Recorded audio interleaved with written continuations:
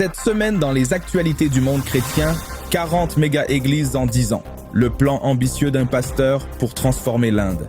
Est-ce l'église à la croissance la plus rapide au monde? Les chiffres vous choqueront. Bonjour à tous.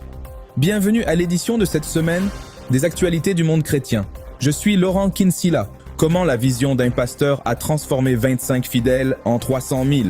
Le Temple du Calvaire est la plus grande église de l'Inde, avec plus de 300 000 membres. Maintenant, sa mission est de construire 40 méga-églises supplémentaires dans les 10 prochaines années. Le pasteur Satish Kumar croit qu'il est temps d'atteindre les perdus de l'Inde avec l'Évangile. Regardez ça.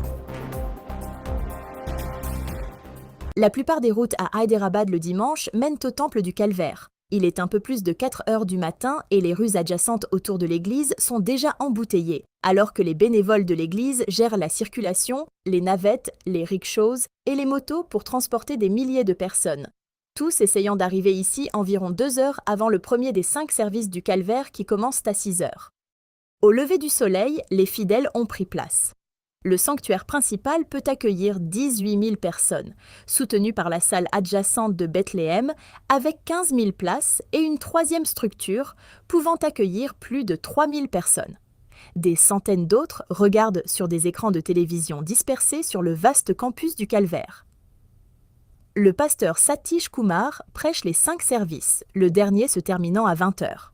J'ai reçu la grâce de diriger cette église qui pratique la parole de Dieu, ce qui dépasse mes rêves et mon imagination. Le Temple du Calvaire a commencé en 2005, avec environ 2 douzaines de personnes. Aujourd'hui, il compte plus de 300 000 membres, ce qui en fait la plus grande église de cette nation et l'une des plus grandes au monde.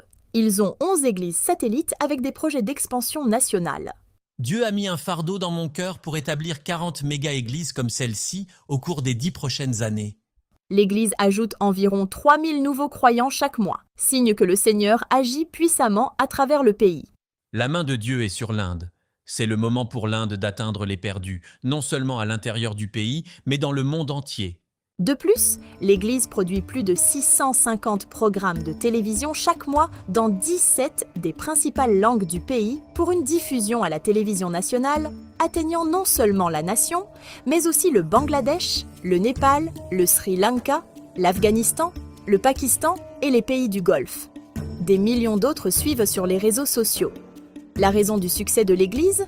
Prêcher la pure parole de Dieu est ce qui attire les gens et pratiquer la parole de Dieu est ce qui garde les gens dans l'Église. Cette démonstration pratique est pleinement exposée ici chaque dimanche. Narayana Podili travaille comme ingénieur civil pendant la semaine.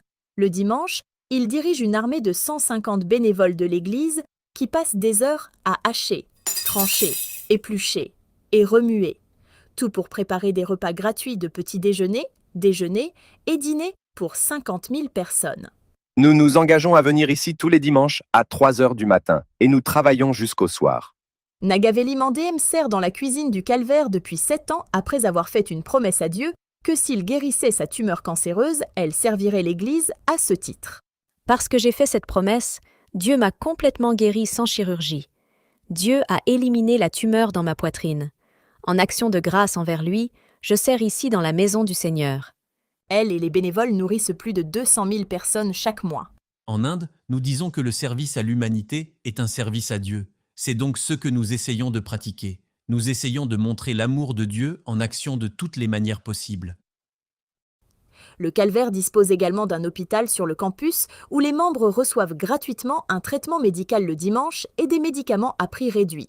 La majorité des gens qui viennent ici sont pauvres et ne peuvent pas se permettre le traitement.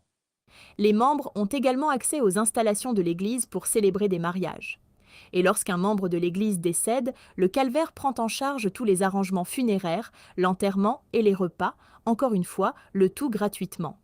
Le pasteur Kumar envoie même un gâteau d'anniversaire à chacun des 350 000 membres. En 2007, le Temple du Calvaire a créé un système de cartes d'accès, le premier du genre, pour assurer le suivi des membres et de leurs familles. J'ai des milliers de personnes. Comment puis-je savoir qui ne s'est pas présenté le dimanche? Alors que je priais, Dieu m'a mis la carte d'accès à l'esprit. Chaque membre doit obligatoirement passer sa carte lorsqu'il assiste à l'un des 5 services du dimanche. Si nous ne nous présentons pas à l'église, nous recevons un appel. Ils me demanderont pourquoi je ne suis pas venu à l'église. Et après avoir découvert la raison, ils prieront pour moi. Je suis heureux quand je reçois cet appel. Le fait qu'ils se soucient de nous est vraiment spécial. Et grâce à cela, nous viendrons sûrement au prochain service. Témoigne un membre. Le pasteur Kumar dit que la prière a toujours fait partie intégrante de leur succès. Depuis 2005, l'Église organise 40 jours de prière et de jeûne, attirant des dizaines de milliers de jeunes participants dans des stades à travers le pays. Pendant ces 40 jours de prière de jeûne, j'enseigne de la Genèse à l'Apocalypse. J'essaie d'expliquer chaque livre. Des centaines et des milliers de jeunes lisent la Bible. Chaque mois, l'Église, avec ses campus satellites, organise une nuit avec Dieu où les membres prient pour un réveil. Environ 25 à 30 000 personnes se rassemblent. C'est devenu la plus grande prière en ligne de notre nation. Ces dernières années, cependant, l'Inde a connu une recrudescence sans précédent de la violence contre les chrétiens. Plus il y a de persécutions, plus l'Église grandit, et c'est ce qui se passe en Inde. La plupart des attaques sont menées par des groupes extrémistes hindous qui accusent les chrétiens de convertir de force les gens au christianisme. Le pasteur Kumar, lui-même un hindou converti au christianisme, dit que la résistance produit de la puissance. C'est ma passion, mon fardeau, qu'avant de mourir, je veux voir chaque Indien entendre l'Évangile et connaître le Sauveur.